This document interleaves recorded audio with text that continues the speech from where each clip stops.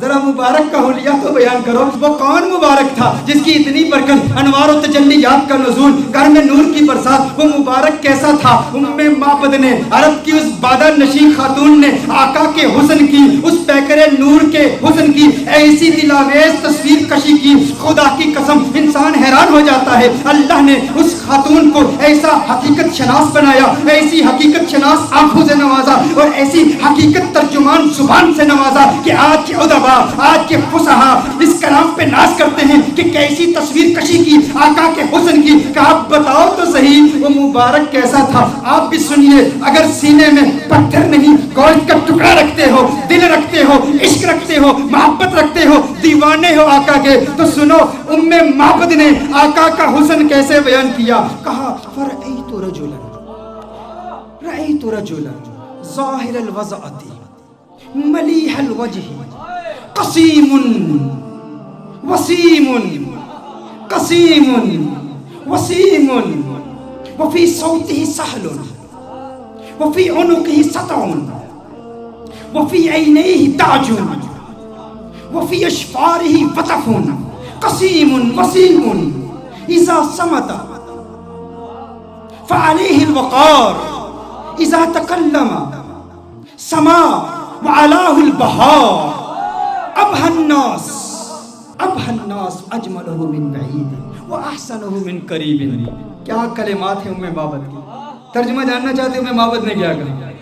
معبد نے کہا فرأیت رجلا، میں نے ایک مرد دیکھا، ظاہر الوضعۃ، جس کا حسن بہت نمایاں تھا، ساخت بڑی خوبصورت تھی، بڑا خوبرو تھا، بڑا حسین و جمیل تھا، چہرے میں ملاحت تھی، ملیح الوجہ تھا، قسیم وسیم، قسیم تھا وسیم تھا۔ قسیم کسے کہتے ہیں؟ عربی میں قسیم کا معنی کیا ہے؟ ایک ہوتا ہے ایک حسین شخص، جمیل شخص، خوبصورت شخص۔ قسیم اسے کہتے ہیں جس کے جسم کا ہر عضو علیحدہ علیحدہ اپنی امتیازی خوبصورتی رکھتا ہے۔ دیکھو ہم کہتے ہیں نا کسی کی آنکھیں بڑی خوبصورت ہیں، کسی کی آنکھوں کا ذکر کریں نا ہم کہتے ہیں فلاں کی آنکھیں بہت خوبصورت ہیں، اس کا مطلب ہے آنکھیں خوبصورت ہیں لیکن بال اتنے خوبصورت نہیں ہوں گے، لب اتنے خوبصورت نہیں ہوں گے، کان اتنے خوبصورت نہیں ہوں گے، ہونٹ اتنے خوبصورت نہیں ہوں گے۔ قسیم کسے کہتے ہیں؟ قسیم اس حسین کو کہتے ہیں جس کے جسم کا ہر عضو انڈیپینڈنٹلی علیحدہ علیحدہ اتنا خوبصورت ہو کہ جس کے حسن کا مقابلہ کوئی کر ہی نہ سکتا ہو۔ معبد نے کہا قسیم، میں ترجمہ کرتا ہوں، قسیم کا معنی یہ ہے جس کی آنکھیں اتنی خوبصورت ہیں کہ اس کی آنکھوں جیسے کسی کی آنکھیں نہیں، جس کی زلفیں اتنی خوبصورت ہیں اس کی زلفوں جیسے کسی کی زلفیں نہیں، اس کے لب اتنے خوبصورت ہیں اس کے ہونٹوں جیسے کسی کے ہونٹ نہیں، اس کی انگلیاں اتنی خوبصورت ہیں اس کی انگلیوں جیسے کسی کی انگلیاں نہیں، ارے اس کے پاؤں اتنے خوبصورت ہیں اس کے قدموں جیسے کسی کے قدم نہیں، اس کا کلام اتنا خوبصورت ہے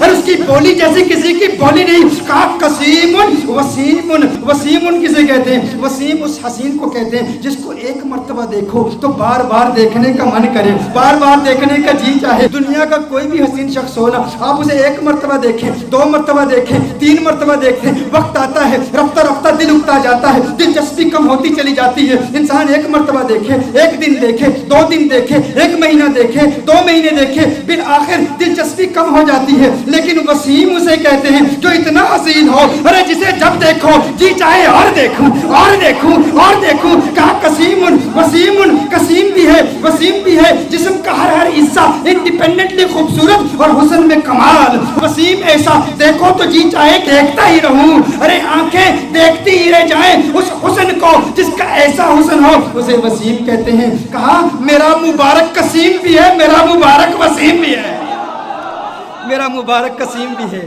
میرا مبارک وفی صوتہ سہل، وفی صوتہ سہل، کہا آواز، ارے کیا پرکشش آواز، کیا گونجدار آواز، کیا دلکش آواز۔ وفی عینیہ تاج، سرمگی آنکھیں، سیاہ آنکھیں، ابرو ملے ہوئے، پلکیں لمبی۔ کہا اکحلو احولو ازجو اقرنو، اکحلو احولو ازجو اقرنو۔ کہا آنکھیں اتنی خوبصورت، ابرو آقا کے پتلے پتلے اور ملے ہوئے، پلکیں لمبی، آنکھیں خوبصورت، سیاہ آنکھیں، سرمگی آنکھیں، اور میرے آقا کی آنکھوں کا حسن 7 الفاظ کے ساتھ بیان کیا گیا ہے۔ کیسے کریم آقا ہیں جن آقا کی آنکھوں کے حسن کے لیے لیے بھی عربی زبان میں سیرت نگاروں نے 7 الفاظ استعمال کیے ہیں. آقا کی آنکھیں کتنی خوبصورت ہیں, آپ بھی یاد کیجئے. نین کونین کے والی کے کتنے خوبصورت ہیں. کہا اشکل, اکحل, ادعج, اہدب, احور, ابرج, انجل. میرے آقا کی آنکھیں, یہ 7 الفاظ میرے آقا کے نینوں کے بارے میں ہے. اشکل, اکحل, احور, اہدب, ابرج, انجل. میری آقا کی آنکھیں اتنی خوبصورت ہیں. ارے ترجمہ تو کر دو, اس کا مطلب کیا ہے؟ میں نے کہا ترجمہ کیسے کروں؟ میں تو ایک ہی بات کہوں گا, ان کی آنکھیں اتنی حسین ہیں کہ رب نے پوری کائنات میں کسی کی آنکھیں ایسی بنائی ہی نہیں ہے. یہ آنکھیں ہیں میرے آقا, یہ حسن مصطفیٰ ہے. پھر کہا مبارک کی گردن, مبارک کی گردن, وفی عنقہ سطعون. کہا اس کی گردن بھی چمکدار تھی. وفی لحیتہ کثاثۃ, ریش مبارک گھنی تھی, گردن میں چمک تھی, ریش مبارک گھنی تھی. کیا کہوں کیسا تھا؟ جب خاموش ہوتا تھا اذا صمت فعلیہ الوقار. لیکن میرے آقا کی خاموشی کیسی خوبصورت, میرے آقا کا کلام کیسا خوبصورت. کہا اذا صمت, جب چپ ہوتا تھا نا تو وقار پیدا ہو جاتا تھا. فعلیہ الوقار, کہا جب بولتا تھا. اذا تکلم سما فعلاہ البہا, کہا جب بولتا تھا تو وقار اور بڑھ جاتا تھا, رونق اور بڑھ جاتی تھی, چہرے کا نور اور بڑھ جاتا تھا. اس کی خاموشی بھی حسین, اس کا بولنا بھی حسین. میرا مبارک کتنا خوبصورت ہے. اچھا, اس مبارک کے حسن کا ذکر ایک اور روایت میں بھی آیا. کہا آواز دلکش, آواز گونجدار. آقا کے چہرے کا نور کیسا ہے؟ کأن الشمس تجری فی وجہی, گویا کہ سورج آقا کے چہرے میں تیر رہا ہے, تیر رہا ہے. آقا کا چہرہ سورج کی طرح نہیں. ارے سورج کہاں آقا کے چہرے کا مقابلہ کر سکتا ہے؟ سورج کا حسن کہاں, کہاں محمد عربی کا حسن. کہا کأن الشمس تجری فی وجہی as if the sun is swimming in the face of the son of Amna.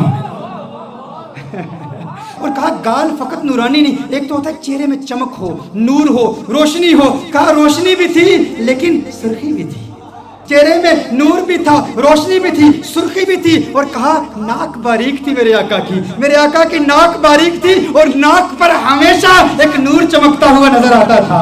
آقا کے بازو لمبے تھے, انگلیاں سیدھی تھی, ہاتھ کشادہ تھے. اور میرے آقا صلی اللہ علیہ وسلم کے ہاتھوں کی رگیں نظر نہیں آتی تھی, وینز نظر نہیں. یہ حسن کے خلاف ہے. دیکھیں اگر کسی کے ہاتھ کی وینز نظر آ رہی ہوں, پاؤں کی وینز نظر آ رہی ہوں, رگیں نظر آ رہی ہوں, تو رگوں کا نظر آنا یہ حسن کے منافی ہے. رگوں کا نظر آنا یہ حسن کے خلاف ہے. کہا میرے آقا کے ہاتھ ایسے خوبصورت ہیں, رگیں نظر نہیں آتی تھی, پاؤں ایسے خوبصورت ہیں, رگیں نظر نہیں آتی تھی. اور پھر محمد عربی صلی اللہ علیہ وسلم کا پیٹ کیسے تھا؟ مستوی الصدر والبطن, سینہ اور پیٹ برابر تھے, جسم سیدھا تھا اور سینہ اور پیٹ برابر. دیکھیے اگر کسی کا سینہ بہت آگے ہو, بڑا ہوا ہو, پیٹ بہت اندر ہو, یہ بھی حسن کے خلاف ہے. پیٹ باہر ہو, سینہ اندر ہو, یہ بھی حسن کے خلاف ہے. کہا نہیں, محمد عربی کا حسن کیسے؟ مستوی البطن والصدر, پیٹ اور سینہ بالکل برابر تھے. میرے آقا صلی اللہ علیہ وسلم کا جسم اطہر بالکل سیدھا تھا. اچھا آئیے ام معبد کی روایت کی طرف پھر آتے ہیں. ام معبد نے اب جو کلام کیا نا, خدا کی قسم کمال کر دیا. کہا ابہ الناس وَأَجْمَلُهُ مِنْ بَعِيدٍ. کہا ایسا خوبصورت تھا, جب دور سے دیکھو نا تو بڑا خوبصورت لگتا تھا. دور, اچھا کچھ لوگوں کو دور سے دیکھو اچھے لگتے ہیں, کچھ لوگوں کو دور سے دیکھو اچھے لگتے ہیں, قریب سے دیکھو انسان یار وہ بات نہیں ہے, وہ چیز نہیں ہے. دور سے بڑا اچھا لگتا ہے, قریب سے دیکھو نا تو بندہ کہتے ہیں وہ بات نہیں ہے. کہا محمد عربی کے بارے میں, کہا مبارک کیسا تھا؟ کہا مبارک ایسا تھا. اب الناس اجملہ من بعید, کہا دور سے دیکھو خوبصورت لگتا تھا. کہا وہ احسنہ من قریب, قریب جا کے دیکھو کیسا لگتا تھا. کہا دنیا والوں کا حسن ایسا ہے, دور سے دیکھو اچھے لگتے ہیں, قریب سے دیکھو بندہ کہتا ہے وہ بات نہیں ہے. میرا مبارک ایسے ہے, دور سے دیکھو اچھا لگتا ہے, قریب سے دیکھو من چاہتا ہے کیا بات ہے, کیا بات ہے, اور کیا باتاں میرے سرکار دیا, کیا باتاں مدنی من ٹھار دیا، کیا بات ہے، اس سے حسین تو اور کوئی ہو ہی نہیں سکتا، دور سے بھی خوبصورت، قریب سے دیکھو اور خوبصورتی بڑھ جاتی ہے۔ یہ محمد عربی صلی اللہ علیہ وسلم کا حسن ہے، کہا کیا خوبصورت ہے۔ اور دوری کا تصور ایک اور بھی ہے، دوری اور قرب کا تصور ایک اور بھی ہے، وہ تصور یہ ہے کہ کسی کو دور سے دیکھو تو انسان کسی سے دور رہتا ہے نا، اس کے قریب نہیں ہوتا، تو انسان اس کی ریالٹیز کو نہیں جانتا، اس کے ساتھ وقت گزارے نا، تجارت کرے، سفر کرے، ٹریول کرے، دور دور رہے بندہ اچھا لگتا ہے، قریب آ جائے تو وہ بات نہیں ہوتی۔ میرا مبارک اتنا خوبصورت ہے، میرا مبارک اتنا پیارا ہے، جب تک دور رہو دیدار کی تمنا راتوں کو سونے نہیں دیتی، اور جب قریب ہو جاؤ جدائی کا خوف نیندیں حرام کر دیتا ہے۔ ارے کہیں جدا نہ ہو جاؤ، وہ اتنا پیارا ہے، دور سے دیکھو پیارا، قریب سے دیکھو اور پیارا اور خوبصورت ہے۔ ایسا حسن ہے میرے مبارک کا۔ اور پھر اس دوری اور قرب کا ایک، وہ میری تقریر یاد ہے نا آپ کو، جب میں نے رمضان کے بارے میں حکم بتایا تھا، وہ اسٹرانومی کی بحثیں بتائی تھی، بعد زمانی اور بعد مکانی، قرب زمانی اور قرب مکانی۔ ایک بعید وہ ہے جس نے حضور کا دور نہیں پایا، حضور کا زمانہ نہیں پایا، حضور کا وقت نہیں پایا، وہ دور ہے، یہ بھی دوری ہے۔ اور قرب کس کو ملا؟ صحابہ کو ملا، صحابہ نے حضور کو قریب سے دیکھا تھا، تو صحابہ کو وہ قرب ملا، ہمیں وہ قرب نہیں ملا۔ میرا مبارک اتنا خوبصورت ہے کہ جو قریب سے دیکھے اسے بھی پیار ہو جاتا ہے، جو دور سے دیکھے اسے بھی پیار ہو جاتا ہے۔ قریب سے دیکھنے والوں نے کیا کہا؟ ابو ہریرہ نے محمد عربی صلی اللہ علیہ وسلم کے نور کو دیکھا، کہا ما رأیت شیئا احسن من رسول اللہ صلی اللہ علیہ وسلم۔ ابو ہریرہ نے میرے آقا کو قریب سے دیکھا تھا نا، جب قریب سے دیکھا تو کہا میں نے محمد عربی جیسی کوئی چیز دیکھی ہی نہیں۔